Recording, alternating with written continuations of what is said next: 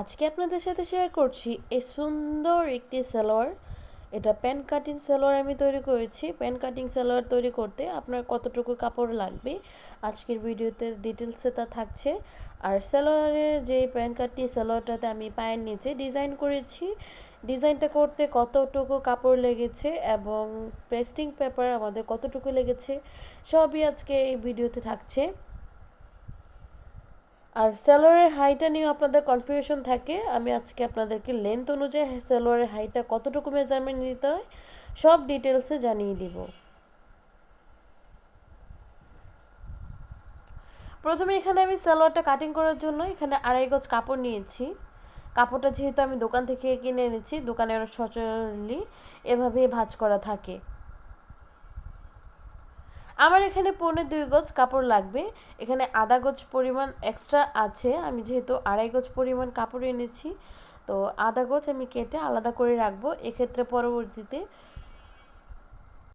কাপড়টা আমি অন্য কাজে লাগাবো। আমার সালোয়ারের লং আমি এখানে কাটবো 40 ইঞ্চি। তো উপরে যেহেতু আমাদের 2 ইঞ্চি করে এক্সট্রা কাপড় নিচ্ছে, এটা আমাদের বেল্টের কাপড়, এখানে আমরা ইলাস্টিক ব্যবহার করব। আর আমি আধা গজ কাপড়টাকে কাটিং করে আলাদা করে রেখেছি। এখন 2 ইঞ্চি করে আমি বেল্টের কাপড় রাখছি।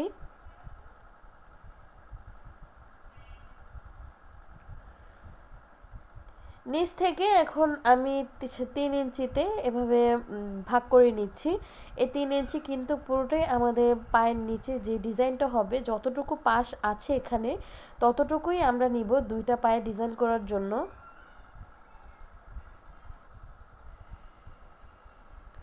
সালোয়ারের হাইয়ের জন্য আমরা এখানে 1.5 ইঞ্চির মতো এভাবে একটি বক্স তৈরি করে নিব। বক্সের বাইরে কিন্তু আমরা কাটিংটা করব, তারপর একটি বক্স করে নিলাম। এভাবে হাইটা দিচ্ছি, এখানে 14.5 ইঞ্চি আমরা সালোয়ারের হাই দিয়েছি। আর পায়ের দিকের যে লুজটা সেটা নিচ্ছে আমরা 6 ইঞ্চি, 1 ইঞ্চি নিচ্ছি এক্সট্রা, তো আমরা এখানে 7 ইঞ্চি দিচ্ছি। এই যে এক্সট্রা এই সাইডে যে ফাঁকা অংশটা বা বাড়তি কাপড়টা সেটা দিয়ে কিন্তু আমরা সালোয়ারের নিচের যে ডিজাইনটা সেটা কমপ্লিট করব।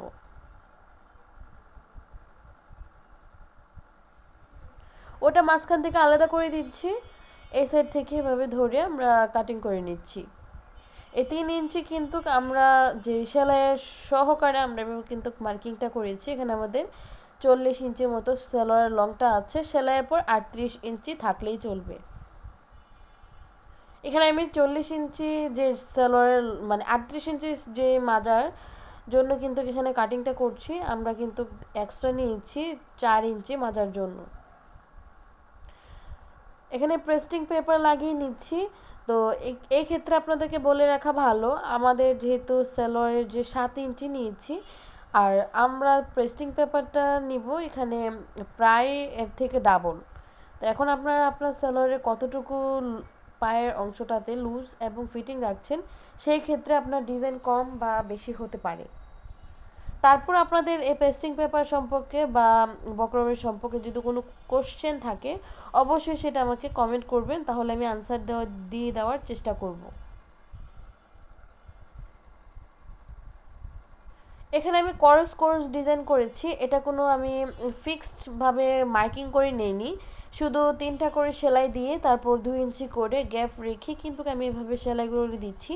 এটাই কিন্তু একটা সুন্দর একটি ডিজাইনে পরিণত হয়েছে।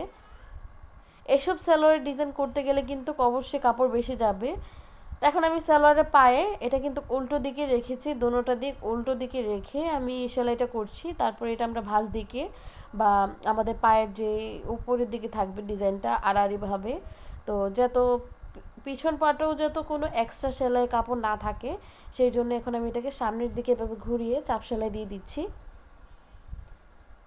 প্যান কাটনি সালোয়ারটা কিন্তু এত সহজ যে আপনারা আমার এই আজকের ভিডিওটি দেখলেই বুঝতে পারবেন যে কতটাই সহজ এই সালোয়ারটি কাটিং করা।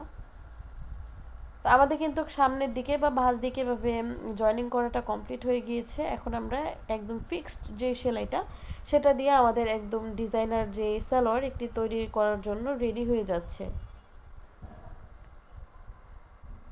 কাপড়টাকে সুন্দর করে এভাবে ভাঁজ দিয়ে আমি এই ভেতর দিকে দিয়ে দিচ্ছি। এই ক্ষেত্রে আপনাদেরকে খুব সুন্দর একটি সালোয়ারের পা কিন্তু ডিজাইন আপনারা পেয়ে গেলেন। এখন আমি দুটোটা সালোয়ার যেহেতু পাগুলো একইভাবে কমপ্লিট করে নিয়েছি, এখন আমরা যে সালোয়ারে হাই 2 ইঞ্চি এক্সট্রা নিয়ে আমরা 14.5 ইঞ্চি নিয়েছি, সেই হাইগুলোকে বন্ধ করে দিচ্ছি। দুটোটা সেমভাবে বন্ধ করার পর আমরা পা থেকে একদম আরেকটি সালোয়ারের পা পর্যন্ত যে মাঝখান থেকে সেলাইটা সেটা দিয়ে কিন্তু একদম ফিনিশিং সেলাইটা দিয়ে দিব। অবশ্যই এই হাইয়ের ক্ষেত্রে আপনারা ডাবল সেলাই দিয়ে নিতে পারেন। দেখতেই তো পেলেন এই সালোয়ারটা কিন্তু সেলাই করা অনেক সহজ এবং কাটিংটাও করাও কিন্তু খুব ডিফারেন্ট এবং খুব ইউনিক। এখন পরবর্তী এইভাবে এই সাইডের সালোয়ারটার মাপটা দিয়ে আমরা দেখে নিব যে সমান হয়েছে কিনা। আমাদেরটা সমান হয়েছে, আমরা এখন আবার এটাকে এভাবে ঘুরিয়ে আরেকটি সেলাই দিয়ে দিচ্ছি। পায়ের যে মাপ অনুযায়ী একটা মাপ দিয়ে আরেকটা যেভাবে মাপ দিবেন সেটা কিন্তু সেমভাবে যত সমান হয়। তো আমাদের সালোয়ারের পায়ের দিকগুলো যেহেতু সেলাই করা কমপ্লিট হয়ে গিয়েছে, এখন আমরা বেল্টের জন্য এখানে আমরা ইলাস্টিক ব্যবহার করব। সেই ক্ষেত্রে এখন আমি চিকন করে এভাবে ভিতরের দিকে কাপড় ফোল্ড করে তারপর সেলাইটা করে নিচ্ছি। এখানে কিন্তু আমাদের 2 ইঞ্চি এক্সট্রা এভাবেই চলে যাচ্ছে। এই যে আমাদের কিন্তু সালোয়ারের ডিজাইনগুলো মাশাআল্লাহ অনেক সুন্দর হয়েছে। আপনারা চাইলে কিন্তু মাঝখানে একটা একটা করে পুঁথি বসিয়ে দিতে পারেন, এক্ষেত্রে সালোয়ারের ডিজাইনটা আরও সুন্দর আসবে। আবার আজকের ভিডিওটি যদি ভালো লেগে থাকে অবশ্যই ভিডিওটিতে একটা লাইক দিতে ভুলবেন না, আর সালোয়ার কাটিংটা আপনাদের কাছে কেমন লাগলো সেটাও জানিয়ে দিবেন।